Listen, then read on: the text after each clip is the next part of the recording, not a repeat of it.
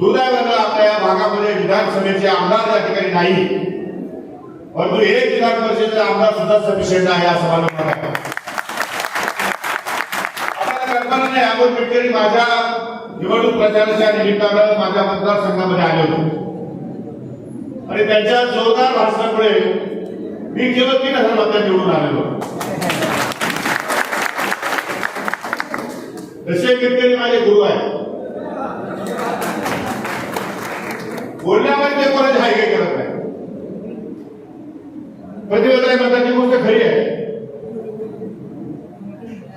जास्त बोललं, जास्त काम केलं की लोकांना मुजवडे दिसायला लागतात आणि काहीच केलं नाही की लोक म्हणतात नाही बोलतो, हा चांगला बोलतो, हा चांगला राहतो, हा चांगला वागतो, तुम्ही बरे, आम्ही बरे, अजून दोघे बरे.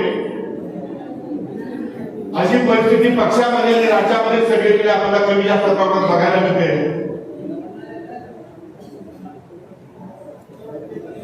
परंतु जेव्हा जेव्हा आपल्या नेत्यावर आक्रमण होईल, तेव्हा खंबीरपणे त्याची बाजू राखणारा नेता म्हणून अमोल मिटकरींना मी नेहमी मार्ग देतो, नेहमी त्यांची पाठराखण करतो आणि नेहमी त्यांच्या पाठीशी उभा राहण्याचा निर्णय घेतो. मला एका गोष्टीचा मनापासूनचा आनंद आहे. मी राज्याचा मंत्री जरी असतो तरी सुद्धा मी सामान्याचा सामान्य माणूस आहे. मी काय आकाशातून पडलो नाही किंवा जमिनीतून वर आलो नाही. जे प्रश्न मला समजत नाही, जे प्रश्न मला माहित नाही, कुठल्या तरी अधिकाऱ्याने उठून फाईल बंद करावी, त्याचा इंटरेस्ट त्यामध्ये त्याने ठेवावा आणि मंत्री महोदयाने डोळे झाकून सही करावी असा विचारता माणूस मी अजिबात नाही. माझ्या सहकारी खालच्या कार्यकर्त्याला, खालच्या माणसाला, खालच्या सामाजिक कार्यकर्त्याला काय वाटतं, त्याचे प्रश्न कसे सुटतील, त्याला न्याय कसा मिळेल, या संदर्भात त्याने केलेल्या सूचना या काय माझ्या मनामध्ये असतात, काय माझ्या डोक्यामध्ये असतात आणि त्यानुसार ती फाईल आहे की नाही हे मी तपासल्याशिवाय त्याच्यावरती सही करत नाही. आणि म्हणून या अगोदरही मी कृषी विभागात मंत्री असताना अकोला विद्यापीठामध्ये 2 वेळा आलो. विभागीय शिबिरामध्ये अमरावतीला असेल, नागपूरला असेल, महाराष्ट्रातल्या सर्व विभागामध्ये शेतकऱ्यांची हितगुज केलं, त्यांचे प्रश्न समजून घेतले, त्यांच्या सोयीचे जिया काढले. हीच परिस्थिती, हीच पुनरावृत्ती आता क्रीडा विभागामार्फत अल्पसंख्याक विभागामार्फत या ठिकाणी सुरू आहे. काल नागपूर आणि आज अमरावती अनेक प्रकारच्या सूचना क्रीडा विभागाच्या नेत्यांनी माझ्यासमोर केलेल्या आहेत आणि मला अमरावतीलाच आमच्या पक्ष पदाधिकाऱ्यांनी सांगितलं की अल्पसंख्याक विभागाच्या सुद्धा आपण या ठिकाणी जर बैठका घेतल्या संपर्क साधला तर त्यामध्ये सुद्धा आपल्याला बरीच या ठिकाणी सुधारणा करता येण्यासारखं आहे. लोकांच्या अपेक्षा काय ते कळल्या पाहिजे. आमच्या कार्यकर्त्यांना काय पाहिजे हे महत्वाचं नाही, जनतेला काय पाहिजे, महिलांना काय पाहिजे, सामान्य व्यक्तीला काय पाहिजे, अल्पसंख्याक समाजाला काय पाहिजे, त्यांना जे पाहिजे ते कळलं पाहिजे. आणि मग त्यासाठी वेळ जरी कमी असता तरी मी महानगरीच्या लोकांच्या मध्ये जाऊन सुद्धा या ठिकाणी त्याचा अभ्यास करणार आहे, त्यांच्या मागण्याचा अभ्यास करणार आहे आणि त्यासाठी योजना आखणार आहे, त्यांना पैसे देणार आहे. अमोल मिटकरींनी माझ्याजवळ माहिती केली की 11 कोटी रुपयाची मंजुरी केलेली आहे. अशी महाराष्ट्रामध्ये 2,500 कोटी रुपये मंजूर झालेले आम्हाला माहिती नसेल, प्रशासकीय मान्यता मिळाली आहे आणि 100 कोटीची तरतूद आहे. मागच्या एका कॅबिनेटच्या मीटिंग मध्ये माननीय मुख्यमंत्री महोदयांनी सांगितलं की ज्या विधानसभा मतदारसंघामध्ये जुने आमदार आहेत त्यांचं दायित्व पूर्ण करण्यासाठी पैसे खर्च करा आणि ज्या विधानसभा मतदारसंघामध्ये नवीन आमदार आले त्यांना नव्याने काही कामं मंजूर करता आली तर करा, अशा प्रकारचं धोरण त्यांनी या ठिकाणी मांडलेले.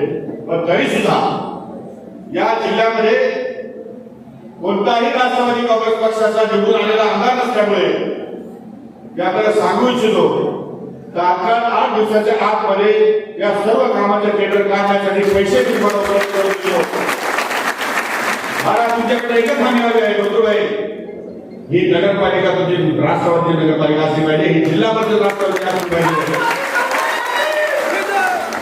अजितदादांचे हात मजबूत करणारी या ठिकाणी पक्ष वाढीसाठी काम करणारी तरुण मंडळी हवी आहे आणि त्या मंडळीसाठी ज्या ज्या योजना देता येतील त्या सर्व योजना देण्यासाठी मी कटिबद्ध आहे. मी पुन्हा येईल, तुमच्या गावात येईल, सगळ्याला येईल आणि तुम्हाला सांगून ठेवतो मी असा मंत्री नाही तर मंत्र्यासारखा बोललो आणि विसरून गेलो. मी कमिटेड आहे, दादांसारखं कमिटेड पॉलिटिशियन आहे. मी शब्दाला पक्का आहे, त्यामुळे मी माझे शब्द पाळले. तुम्ही तुमचा शब्द, तुम्ही तुमची भूमिका उद्याच्या निवडणुकीमध्ये मला दिसली पाहिजे.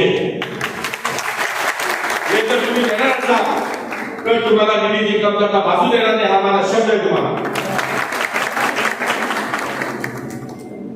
गुरु सांगायच्या संदर्भामध्ये आपण मागणी दिली समजा तुम्ही. मी शिवसेनेचा पहिला आमदार होतो आणि या सर्व मुस्लिम बांधवांना त्यांच्या सुविधा देण्यासाठी सर्वात पहिला स्थानिक विकासासाठी हा महाराष्ट्रामध्ये मी दिलेला आहे. शिवसेनेला मुस्लिम समाजाला काही जमलं नाही, पण कब्रस्तानाची सगळी कंपाऊंड माझ्या मतदारसंघाची 100% पूर्ण आहे. एकही कंपाऊंड मी विचार केला नाही की माणसं मला मत देतात की नाही म्हणून, पण ते माझ्या बरोबर आहे. मला होती आजही आहे. मी अनेक पक्ष बदलले पण त्या लोकांनी मला सोडलेलं नाही. ही माणसं प्रामाणिक आहे, साथ देणारी आहे. तेव्हा यांच्या विश्वासाला खेच या ठिकाणी लागणार नाही, विश्वासाला तडा जाणार नाही, अशा प्रकारचं काम मी तुम्हाला या ठिकाणी करून दाखवू. या जिल्ह्यामध्ये आपण वक्फ जमिनी असली, आपल्या नगरपालिकेच्या मालकीच्या जमिनी असली, आपल्या कम्युनिटी हॉलमध्ये जागा असली तर त्या ठिकाणी निश्चितपणे महिलांसाठी, मुलींसाठी हॉस्टेल, मुलांसाठी हॉस्टेल, क्रीडा संकुल, तुम्ही ज्या ज्या सुविधा मागाल त्या सर्व सुविधा मी अल्पसंख्याक विभागाच्या वतीने आपल्याला या ठिकाणी देतो.